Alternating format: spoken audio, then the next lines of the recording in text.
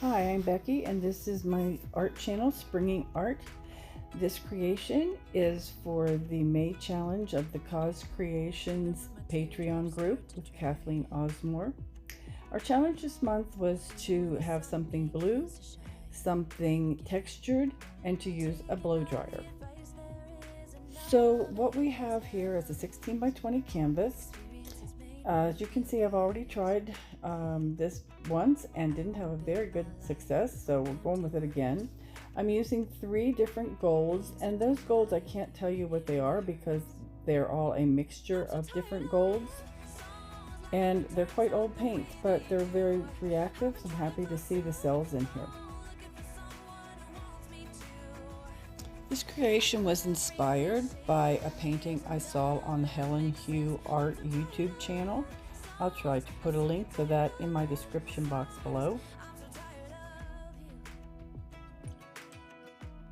Okay, as you've seen, I just did a Dutch pour, pretty standard, nothing special about it. I do think I forgot to mention that I used Phthalo Blue, and again, I have no idea what brand it was. Here I'm just doing a little touch up on some places that I don't like, mouth blowing some of the colors. It was, there wasn't a lot of variation there, so I wanted to bring a little bit of extra color up.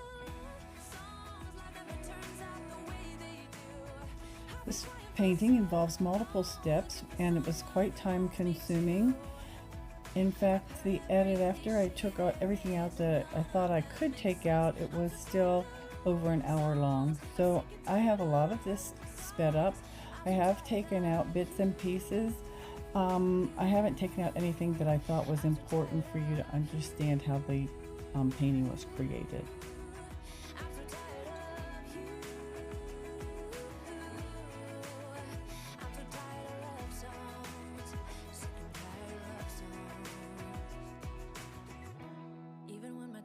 Start to dry, and even when the sun begins to shine again, I've taken all the Okay, in this part of the procedure, I'm going to be applying the texture paste, which is, let me think what it is. It's Liquitex modeling paste, and I'm just using a palette knife with that. I cut the W kind of shape out with my Cricut with some adhesive vinyl, and just stuck the vinyl to the paint after it dried. After it dried pretty thoroughly because I didn't want the tape to bring it up. And we're going to apply this paste. It's going to be a slow procedure, and then you'll see how I texturize it, and I will slow that part down a little bit.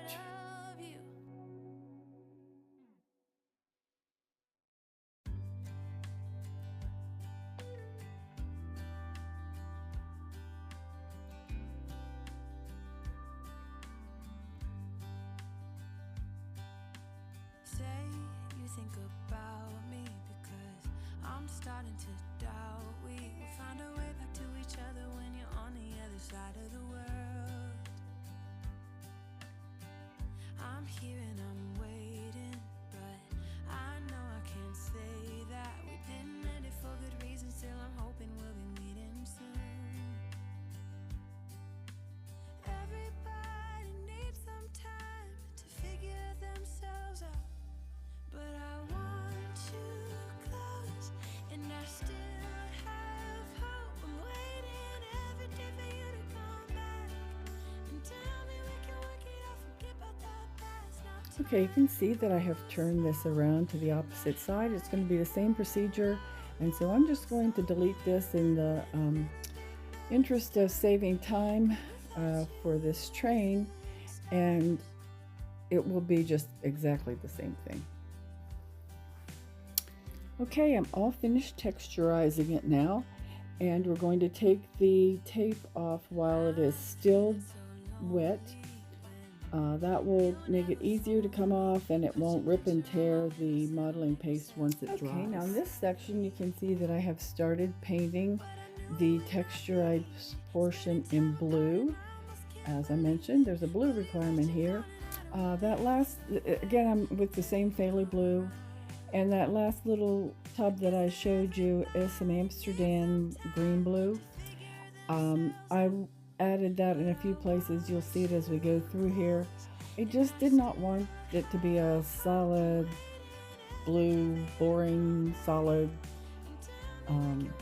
color, so I thought adding a little bit of color underneath of this might add, add some different highlights or tinges to the blue. I don't really think that it did, but the paste itself made enough variation in the color so that I was pretty happy with the variability of it. We're going to zip up to 4x speed here and watch me painting the bottom half of the painting, but we're going to skip the top half.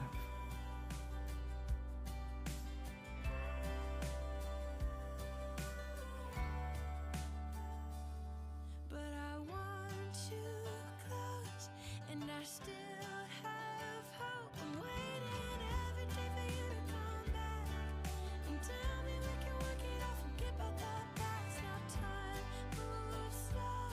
I'm not high or low, no, I'm somewhere in the middle and a little bit messed up. 'Cause without you, everything stops. Without you, everything stops.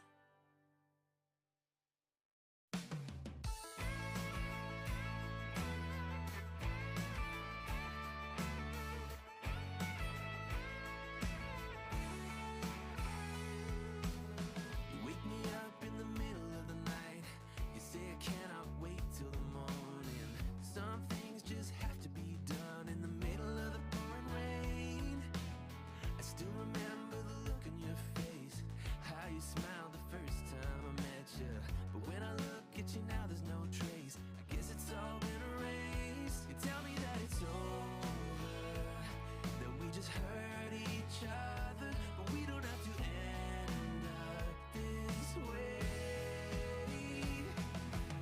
We're underwater, way off the shoreline.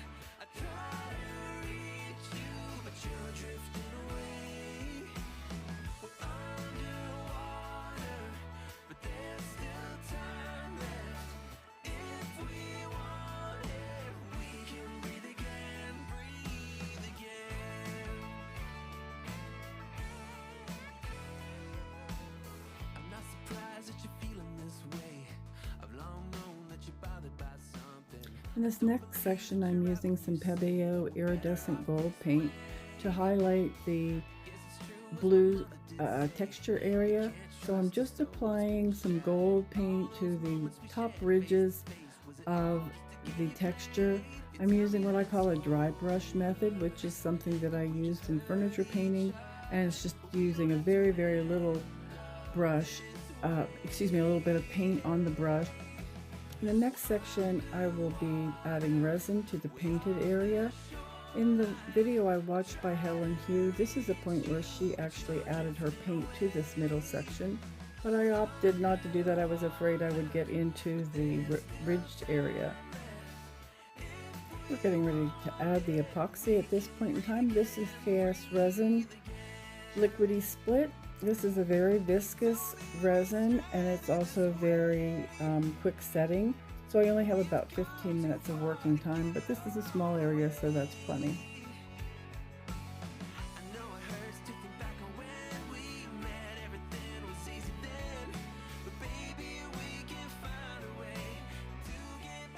You can see here that I'm going to be pushing the resin up to the ridge line with the stick, and I'll do that all the way through and push it, being careful to push the resin all the way up to the edge. Don't want any empty spaces here.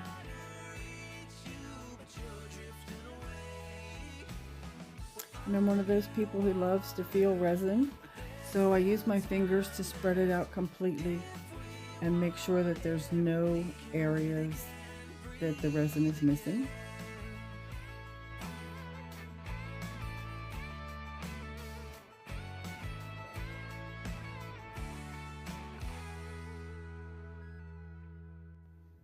As I finished, I noticed that there were bubbles at the intersection of the painting and the textured area. I don't know whether you can see them here, but they're very visible.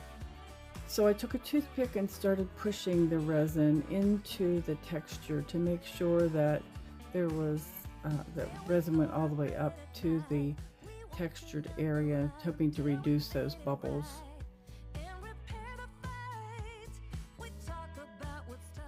Up until this point, I've had my doors open and my fan on, so I haven't had a respirator on.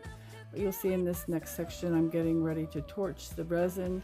And even though this is a no VOC resin, when you torch it, it does release what smells to be vapors. Whatever it is, I want to have a respirator on and protect my lungs, so I'm putting my half face piece respirator on. If I'm doing a large amount of resin, I will use a full face piece respirator. I just find it more comfortable to wear. I commented during my initial talk through that I had not cleaned the painting with alcohol and hoped it didn't cause problems, but it did cause problems, and the canvas resisted the resin in a few places. You can see where my finger is. Probably can't see it well, but there's no resin at all in that area. I tried to repair it, couldn't do it, and the bubbles that I was concerned about at the edge were still there as well, so I decided to do a second coat of resin.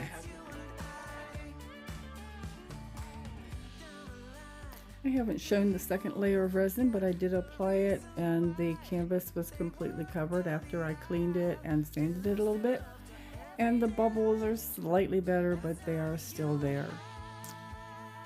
So you're seeing the final piece now. Hope you've enjoyed this. Thank you for stopping by. Oh, and can you see my snake in the grass? That's all I can see. Have a good day, all.